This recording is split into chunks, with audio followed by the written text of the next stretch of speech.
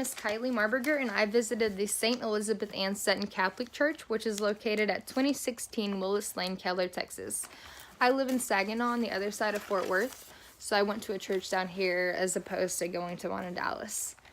I mainly got photos of the outside instead of the inside because they don't allow cell phones on the inside or any videos.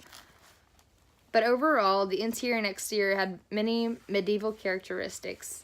The architecture of the exterior didn't have a Gothic style like many Catholic churches, but it was built up by big pieces of brick and stone. The layout of the church is very medieval Catholic by having a nave, which elongates the building to make room for worshipers. There are transepts that meet at a crossing in the middle, and then at the very back is the apse and the ambulatory.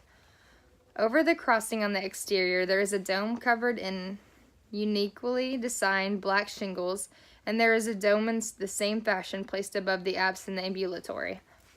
The black domes are significant not only for its Roman and medieval style, but because black in the Catholic faith is a representation of deep mourning, which is important to the Catholic Church because behind the church are rectangles of black marble placed in a circular fashion around Jesus holding a plant, which is symbolism for the saying, "You reap what you sow."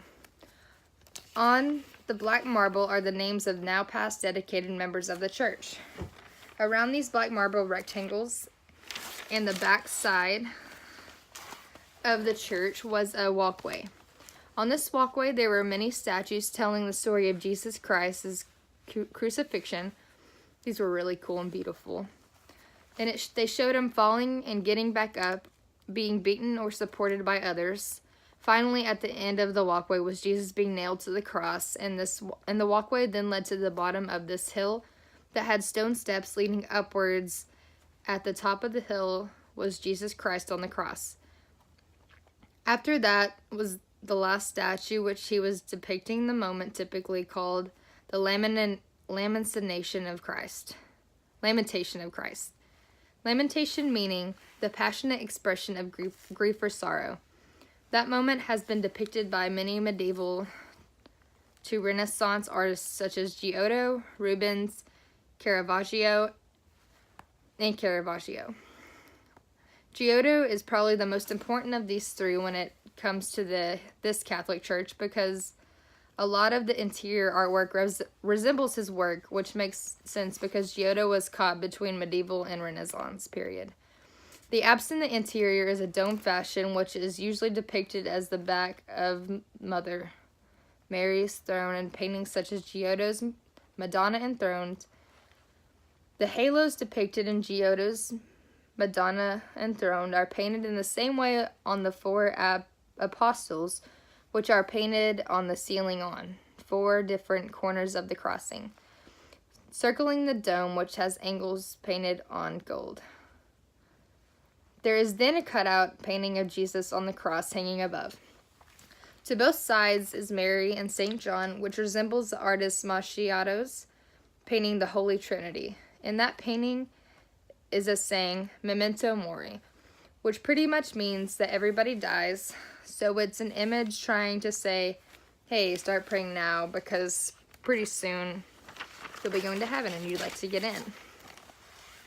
Then carved into the walls are some prayer songs and hymns such as Ave Maria Gratia Plena, which means Hail Mary, full of grace. On another wall it says Adoramus in Aeternum Sanctissimum, which means let us adore into eternity the most holy sacrament. In the apse it says above a displayed Bible, Sanctus, Sanctus, Sanctus, which is holy written 3 times. Down the aisles are rows of Corinthian order columns, which is very classical in Greek, which is kind of strange to the rest of the art direction, but still very beautiful. When it comes to the color of course, I mentioned the interior of the dome being painted gold, which is associated to the angels or heaven. The whole rest of the building is painted blue, which is a representation of the Blue Army of Lady Fatima, which is associated with the idea of promoting the authentic teachings of the Roman Catholic Church and the strict adherence to those tenets of the gospel. Then there are many stained glass windows which depict Bible stories, and some even resemble famous Renaissance paintings such as Masciato's Expulsion from the Garden of Eden. This church seems to be very official and well thought out in its design, and also very aware of its own roots. It was very, very beautiful overall. It was one of the most beautiful worship sites I've ever visited before. The church is actually approaching its 50th anniversary this year since the beginning of its branch. The church is dedicated to the Fort Worth area, and there's another church of the same name and faith dedicated to and located in Houston. Anyways, I actually really felt that the church was welcoming. It actually had a plated message for visitors out the front to take off their hats, turn off cell phones, and be quiet, and just to be respectful of the Catholic Church, which is understandable.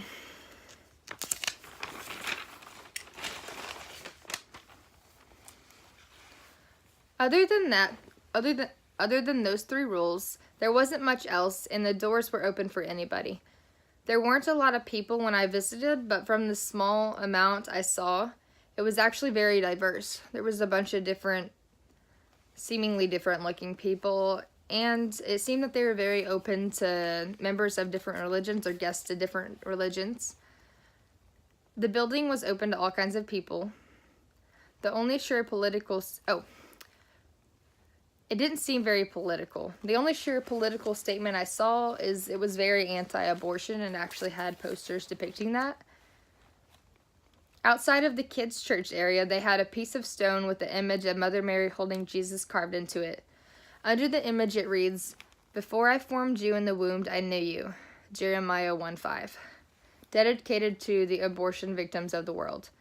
Not commenting on any personal beliefs of the matter, but really from looking through the lens of the Catholic Church, through its belief of the soul and very dramatized art based on the Bible stories, I really understand why they see that the way they do. Anyways, aside from that, they didn't really have any obvious biases of political agenda. They just want to share their faith. While I was there, I didn't really take part in any Catholic Mass because there wasn't one. It was just open like an open gym. But while I was there, there was a woman who sang a hymn. I'm not sure what it was or where the person singing the song must have been, but they had a very strategically set sound system because the way her voice echoed through the church, not even echo, but flowed through the church. It was so beautiful. It's amazing to me that someone with a voice like that dedicates their talent to singing for their faith instead of trying to go find fame or get rich off of it. It's something that I don't understand, but I do really appreciate it. With the way my goosebumps hit me, I just believe that her voice pretty much belongs in that church. It's really beautiful that she's choosing to spend her time doing that. Now, that was my experience at the St. Elizabeth Ann Seton Catholic Church. I actually couldn't get a hold of anybody to do any interviews or anything because it was kind of a slow day. There wasn't very many people there. And the one person I tried to speak to didn't speak English. So, that being said, I had to do a lot of this research on my own, and I wasn't really able to get any insight from anyone in there. So it just took a long time on the internet and a lot of other things like that. But I thought that the research and understanding of the symbolism really added a whole new depth and appreciation for the worship site. It's very well thought out, very accepting, and it was very interesting learning about the context of their faith. Thank you.